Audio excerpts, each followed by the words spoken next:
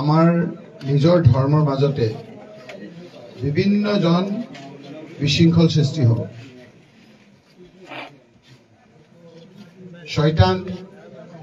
শয়তানৰ দ্বাৰা আমাৰ নিজৰ মাজত কাজিয়া হ'ব।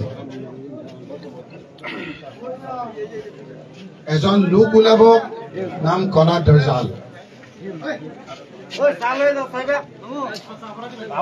অলপ ৰখা না। কানা দৰ্জালৰ নাম জানেনে আপোনালোকে? চাব। কানা দৰ্জালে আহি নিজকে আল্লাহ বুলি কব। বহু লোকে তেওঁৰ ফালে যাবগৈ, খুব অত্যাচাৰ কৰিব সমাজত। কিতাপত আছে যে তেতিয়াই আমাৰ লাহে লাহে কিয়ামতৰ লক্ষণ হ'ব। যেতিয়া খুব বেছি আপোনাৰ অত্যাচাৰ কৰিব, তেতিয়া আল্লাহ তাআলাই আকৌ ঈসা আলাইহিস সালামক পঠিয়াই দিব। ঈসা আলাইহিস সালামে তেখেতক বধ কৰিব, আকৌ শান্তি প্ৰতিষ্ঠা হ'ব। যি মানুহে কৈ আছে যে ইছলাম কো খতম কৰ দেंगे, কৈছে নে নাই? যি মানুহে কৈছে যে বিয়াৰ ভূত নালাগে, যি মানুহে কৈছে যে মুছলমান মহিলাবিলাক সন্তান জন্ম দিয়া মেচিন, যিজন মানুহে কৈছে যে মই 600 মাদ্ৰাছা ভাঙিলো আৰু মাদ্ৰাছা ভাঙি শেষ কৰি দিম, যি মানুহটোৱে আজি ঝাৰখণ্ডত কৈছে যে মোল্লাবিলাক মই নাইকিয়া কৰি দিম, কাম নাই সিহঁতৰ, এনে মানুহৰ পক্ষ লৈছে আমাৰ সমাজৰ কিছু লোকে। যিসকলে বিজেপিৰ ফ্লেগ লগাই হিমন্ত বিশ্ব শৰ্মাৰ লগত আছে, হিমন্ত বিশ্ব শৰ্মাৰ তেওঁৰ লগৰবিলাকে যে কৈ আছে যে মুছলমান মহিলাবিলাক সন্তান জন্ম দিয়া মেচিন, যিসকল বিজেপিৰ ফ্লেগ লৈ গৈ আছে, তেওঁলোকৰ মাকক কোৱা হ'ল নে নহয়? মোক কওকচোন। চবকে কৈছে যে তেওঁলোকৰ মাককো কৈছে।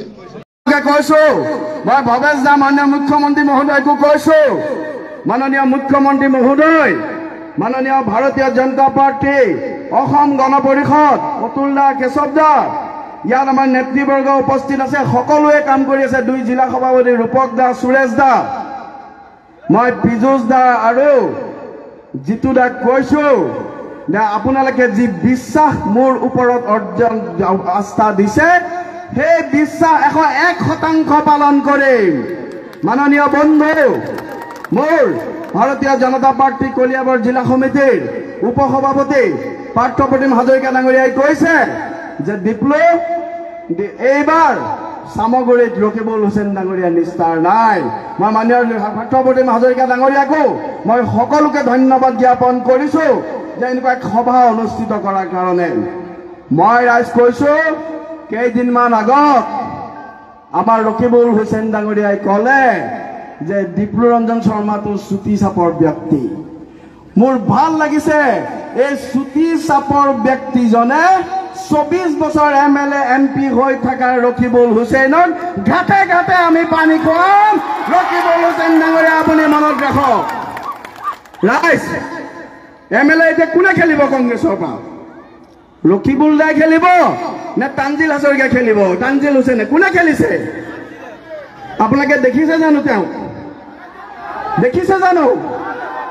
মই পীযুষ দা আছে, সন্মানীয় সংবাদ মাধ্যম আছে, মই সকলোৰে আগত মই ক'ব বিচাৰো, সামগুৰিৰ উন্নয়ন, সামগুৰিৰ অতীত, সামগুৰিৰ ভৱিষ্যত, আমাৰ ৰাজনীতি, আমাৰ যি উন্নয়নৰ ৰাজনীতি, হিন্দু, মুছলমান, খ্ৰীষ্টান, বৌদ্ধিষ্ট, শিখ, জৈন সকলোকে লৈ আমাৰ যি ৰাজনীতি, সবকা সাথ সবকা বিকাশৰ আমাৰ যি ৰাজনীতি, এই ৰাজনীতিক লৈ সামগুৰিৰ মাজমজিয়াত ডিপ্লুৰঞ্জন শৰ্মা আৰু তানজিল হুছেইনৰ এটা মুকলি বিতৰ্ক আপোনালোকে অনুষ্ঠিত কৰক। সেই মুকলি বিতৰ্কত যদি মই পৰাস্ত হওঁ, মই পীযুষ দাহঁতক গৈ পেলাই কম যে দাদা মই পাৰা নাই।